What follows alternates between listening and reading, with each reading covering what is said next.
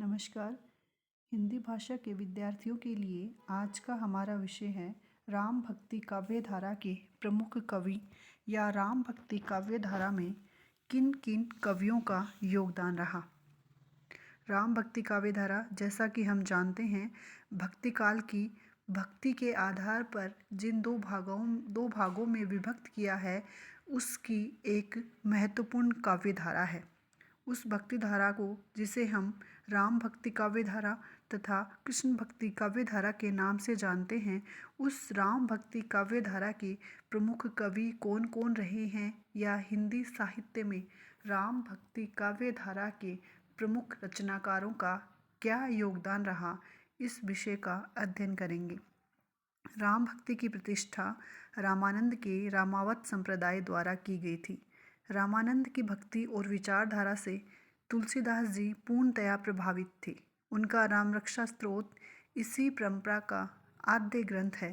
तुलसी के समय में तथा उसके बाद भी विपुल मात्रा में राम भक्ति साहित्य लिखा गया, किंतु तुलसी का राम साहित्य इतनी ऊंचाइयों को छू गया कि अन्य कवि उनकी रचनाएं या अन्य कवियों की रचनाएं उनकी रचना के सामने बौनी दिखाई देने लगी। साथ ही अग्रदास द्वारा राम भक्ति में रसिक भक्ति का जो समावेश हुआ तथा प्रवृत्ति राम काव्य में वह गंभीरता भी न रही जो मर्यादा पुरुषोत्तम राम के चरित्र के अनुकूल थी।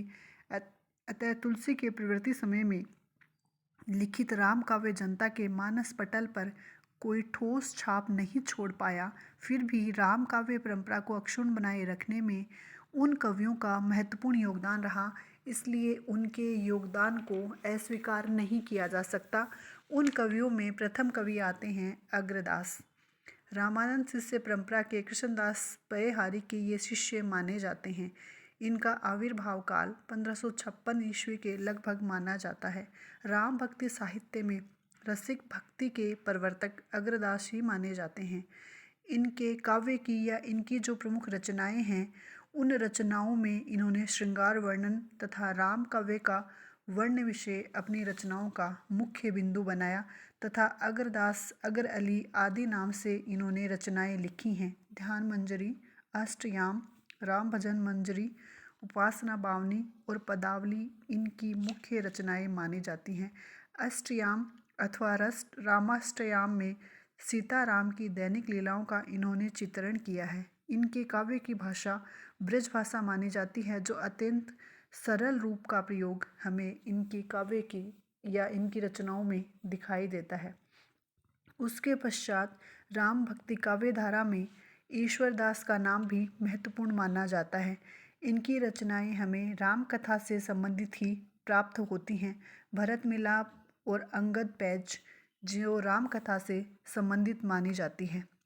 इनकी भरत मिलाप रचना में वनागमन के उपरांत भरत राम भेंट के प्रसंग की करुण कमल काव्याभिव्यक्ति है, तो दूसरी रचना अंगद पैज में रावण की सभा में अंगद के पैर जमाकर डट जाने का वीर रस से ओत प्रोत वर्णन किया गया है। इसके अतिरिक्त जन जसवंत भी राम भक्ति काव्य धारा के कवि ही माने जाते हैं।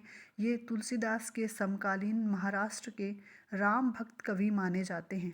नाभादास के भक्त काल में इनका हमें उल्लेख मिलता है।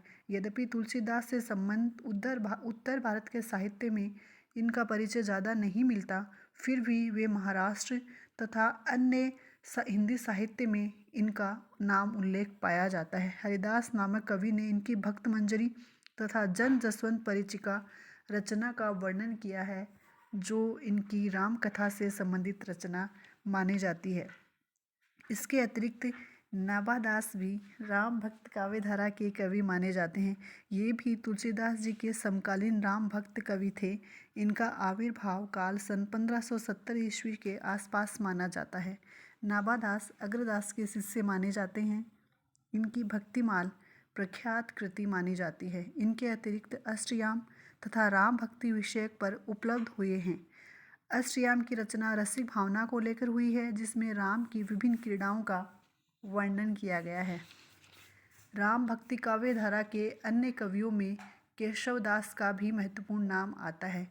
यद्यपि केशवदास भक्तिकालीन कवि नहीं हैं, बल्कि रीति कवि के नाम से जाने जाते हैं या रीतिकाल के कवि माने जाते हैं, किंतु इनकी रामचंद्रिका प्रवृत्ति राम काव्य की एक महत्वपूर्ण रचना है। इसका रचना काल 1600 ईस्वी के आसपास माना जाता है। यह प्रबंध काव्य 39 प्रकाशों में राम कथा प्रस्तुत करता है। इसमें रामचरित के मात्र राजसी व्यक्तित्व, अलंकृत चित्रण आदि का वर्णन इन्होंने किया है तथा राम कथा की गहराई का भी उनमें वर्णन हमें दिखाई देता है।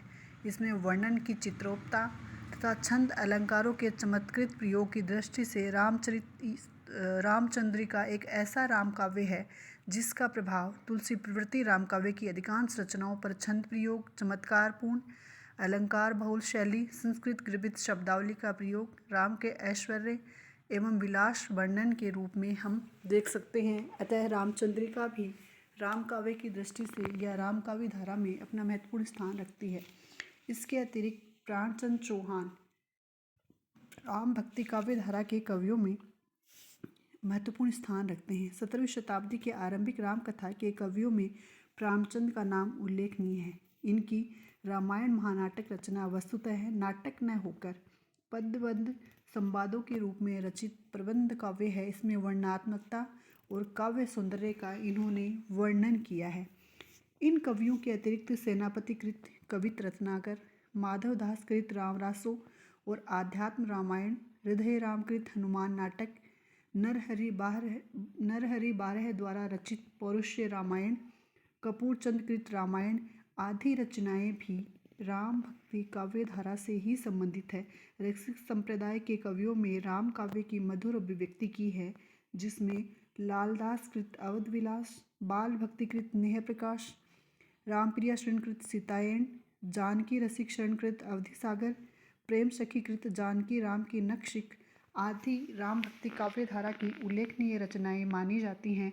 कृष्ण भक्त कवियों में भी सूरदास, मीराबाई, नंददास, गोविंददास, स्वामी परमानंद, परशुराम देव, हित हरिवंश, माधवदास, जगन्नाथ आदि ने मर्यादा पुरुषोत्तम राम की लीलाओं का गान किया है।